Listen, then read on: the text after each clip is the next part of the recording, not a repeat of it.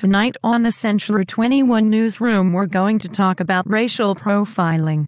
Racial profiling refers to the use of an individual's race or ethnicity by law enforcement. A vast number of African American motorists are stopped on highways for traffic violations than any other race, creating evidence that officers engage in a practice of targeting black motorists using an alleged traffic violation as a pretext to make a stop.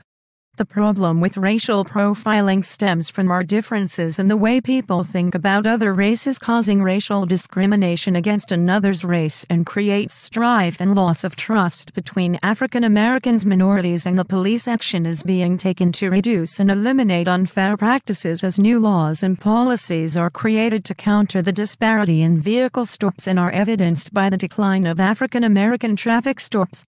So we need to stop racial profiling. So let's look at the two tragedies of Trayvon Martin and Emmett Till. The fatal shooting of Trayvon Martin by George Zimmerman took place on February 26, 2012 in Sanford, Florida. Trayvon Martin was a 17-year-old African-American male who was unarmed. George Zimmerman is a 28-year-old biracial Hispanic who at the time of the shooting was the community watch coordinator for the gated community where the shooting took place.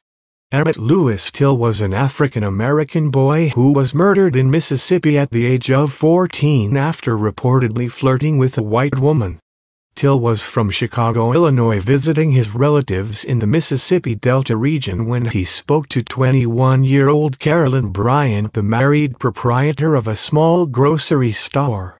Emmett didn't know that whistling at a white woman in Mississippi would have been his last time whistling. The case of Emmett Till should have not came out to what it was. The beating and his body pictures was horrible. As I think about these two cases, it hurts me that my own race is being beaten and killed and discriminated over our color. I really wish that things like this would come to an end. Martin Luther King have fought for things like this to end, but some people just can't give it up. But what I want to know is why, Tom? Well, Michelle, I really can't answer that question, but I do know that these particular things are happening. But I think that the people of other colors are mad that we have high self-esteem and not going to let no one hold us back or down, so they try to break us down, but we come back still standing proud.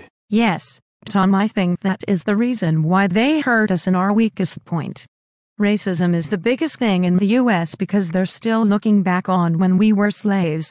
But we're not slaves, we're not where we used to be. We came a mighty long way, and no person or anyone is gonna take our pride away from us. I have to agree, Michael. We have came too far to just let go and go back to the same thing that happened many years ago. They think that we're not gonna fight back, so they continue to hurt us.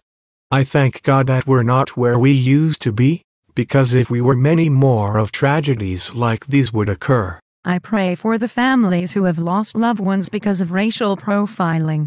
I pray that Trayvon family will be lifted up in everyone's prayers.